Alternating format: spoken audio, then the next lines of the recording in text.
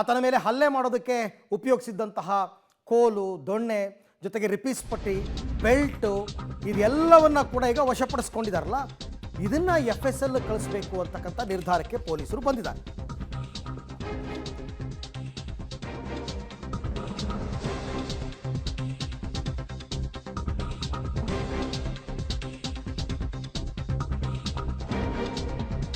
ಸ್ವಾಮಿ ಹತ್ಯೆ ಪ್ರಕರಣದಲ್ಲಿ ಲಾಠಿ, ರಿಪೀಸ್ ಪಟ್ಟಿ, ದೊಣ್ಣೆ, ಬೆಲ್ಟ್ನಿಂದ ಆತನ ಮೇಲೆ ಹಲ್ಲೆ ಮಾಡಿರ್ತಕ್ಕಂಥದ್ದು ಎಲ್ಲ ಗೊತ್ತಾಗಿದೆ.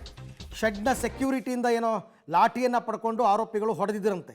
ಕೈಕಾಲುಗಳನ್ನ ಕಟ್ಟಿ ಹಾಕಿ ಲಾಠಿಯಿಂದ ಮನಸೋ ಇಚ್ಛೆ ಹಲ್ಲೆ ಮಾಡಿದ್ರಂತೆ. ಆಮೇಲೆ ಘಟನೆಯ ವೇಳೆ ಅಂದರೆ ಕೊಲೆ ಮಾಡುವ ವೇಳೆ ಅವರು ಧರಿಸಿದ್ದ ಬಟ್ಟೆ, ಶೂಗಳನ್ನು ಕೂಡ ವಶಕ್ಕೆ ಪಡೆದಿದ್ದಾರೆ. ಈ ಎಲ್ಲ ವಸ್ತುಗಳನ್ನು FSLಗೆ ಕಳಿಸೋದಕ್ಕೆ ಈಗ ನಿರ್ಧಾರ ಮಾಡಿದ್ದಾರೆ ಅಂತಕ್ಕಂಥದ್ದು. ಯಾಕೆ FSLಗೆ ಅಂತಕ್ಕಂಥದ್ದು ಒಂದು ಪ್ರಶ್ನೆ. ಇದೆಲ್ಲವನ್ನು ಕೂಡ ರಿಪೋರ್ಟ್ ಪಡ್ಕೋಬೇಕಾಗುತ್ತೆ. FSL ಕಳಿಸಿ, ಫಾರೆನ್ಸಿಕ್ ಲ್ಯಾಬೊರೇಟರಿ ಕಳಿಸಿ, ಅವರಿಂದ ರಿಪೋರ್ಟ್ ಪಡ್ಕೊಂಡು ನಾಳೆ ದಿನ ಚಾರ್ಜ್ ಶೀಟ್ ಫೈಲ್ ಮಾಡಬೇಕಾದ್ರೆ ಈ ಎಲ್ಲ ಮಾಹಿತಿಯನ್ನು ಕೂಡ ಅದರ ಜೊತೆ ಸೇರಿಸಬೇಕು. ಅಂದರೆ ಯಾವುದೇ ಒಂದು ಸಣ್ಣ ಸಾಕ್ಷ್ಯವನ್ನು ಕೂಡ ಪೊಲೀಸರು ಬಿಡ್ತಾ ಇಲ್ಲ. ಒಟ್ಟಾರೆ ಈ ಪ್ರಕರಣದಲ್ಲಿ ಸಾಕ್ಷಿಗಳ ಮುಖೇನ ಸ್ಟ್ರಾಂಗ್ ಆಗ್ತಾ ಹೋಗಬೇಕು ಕೇಸ್.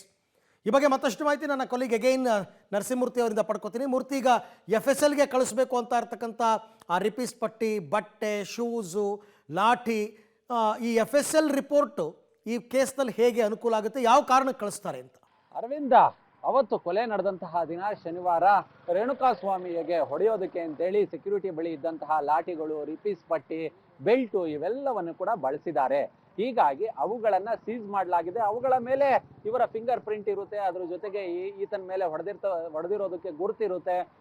ರೇಣುಕಾಸ್ವಾಮಿಯ ಮೈ ಮೇಲಿನ ಗಾಯಗಳು ಆ ಬೆಲ್ಟ್ ಅಥವಾ ಲಾಠಿಗೆ ಅಂಟ್ಕೊಂಡಿರುತ್ತೆ. ಅದು ರಕ್ತ ಇರ್ಬೋದು ಅಥವಾ ಆ ಮಾರ್ಕ್ ಇರ್ಬೋದು, ಇದೆಲ್ಲವೂ. ಹೀಗಾಗಿ ಅವುಗಳನ್ನ FSLಗೆ ಕಳಿಸುವ ಕೆಲಸವನ್ನ ಮಾಡಲಾಗಿದೆ. ಇನ್ನು ಕೃತ್ಯ ನಡೆದಂತಹ ದಿನ ಆರೋಪಿಗಳು ಧರಿಸಿದ್ದಂತಹ ಬಟ್ಟೆ ಮತ್ತೆ ಶೂ ಏನಿದೆ ಇವನ್ನು ಕೂಡ FSLಗೆ ಕಳಿಸಿದ್ದಾರೆ.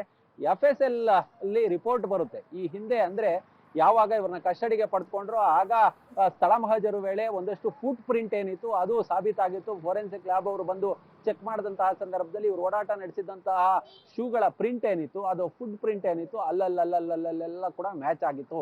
ಹೀಗಾಗಿ ಆ ಶೂಗಳನ್ನ ಸಹ FSLಗೆ ಕಳಿಸಿದ್ದಾರೆ. ಇನ್ನು ಇವರು ಧರಿಸಿದಂತಹ ಬಟ್ಟೆಗಳು, ಅವತ್ತು ಇವರು ಧರಿಸಿದ್ದಾರೆ, ಇವರದ್ದೇ ಬಟ್ಟೆ, ಅವ್ರು ಇದ್ದಾರೆ ಅನ್ನೋದಕ್ಕೆ ಹಲವಾರು ಸಾಕ್ಷಿಗಳನ್ನ FSL ನಲ್ಲಿ ಅವರು ಹೊರಗೆ ತೆಗಿತಾರೆ. ಅದು ರಕ್ತದ, ರೇಣುಕಾಸ್ವಾಮಿಯ ರಕ್ತದ ಕಲೆಗಳು ಇವರ ಬಟ್ಟೆ ಮೇಲೆ ಬಿದ್ದಿರಬಹುದು, ಇವರ ಬೆವರಿನ ವಾಸನೆ ಆ ಸ್ಥಳದಲ್ಲಿ ಇದ್ರು ಅನ್ನೋದಕ್ಕೆ, ಅವತ್ತಿಂತ ಬಟ್ಟೆ ಧರಿಸಿದ್ರು ಅನ್ನೋದಕ್ಕೆ ಆ CCTVಯಲ್ಲಿ ಕಂಡು ಬಂದಿರುವ ದೃಶ್ಯಗಳಿರ್ಬೋದು, ಇವೆಲ್ಲವೂ ಕೂಡ ಸಾಕ್ಷಿಯ ಅಂಶಗಳು. ಹೀಗಾಗಿ ಇವುಗಳನ್ನ ಸುರಕ್ಷಿತವಾಗಿ ಇವುಗಳನ್ನ ಶೇಖರಣೆ ಮಾಡಿಕೊಂಡು ಇದೀಗ FSLಗೆ ಕಳಿಸುವ ಕೆಲಸವನ್ನ ಮಾಡಿದ್ದಾರೆ. Arvind, okay Narasimhamurthy, thank you ತಮ್ಮ ಎಲ್ಲ ಮಾಹಿತಿಗಾಗಿ. ಒಟ್ಟಾರೆ ಇವಾಗ ಒಂದೊಂದು ಸಣ್ಣ ಸುಳಿವು ಕೂಡ ದೊಡ್ಡ ಸಾಕ್ಷಿಯನ್ನು ಒದಗಿಸೋದ್ರಿಂದ ಪೊಲೀಸರು ಇಷ್ಟೆಲ್ಲ ಕಷ್ಟಪಟ್ಟ ಮೇಲೆ ಅವರು ಅದಕ್ಕೆ ಪ್ರತಿಫಲ ಸಿಗಬೇಕಲ್ವಾ, ಹಾಗಾಗಿ ಸತತ ಪ್ರಯತ್ನದ ಬಳಿಕ ಈ ಸಾಕ್ಷಿಗಳನ್ನು ಕಲೆ ಹಾಕಿದ್ದಾರೆ.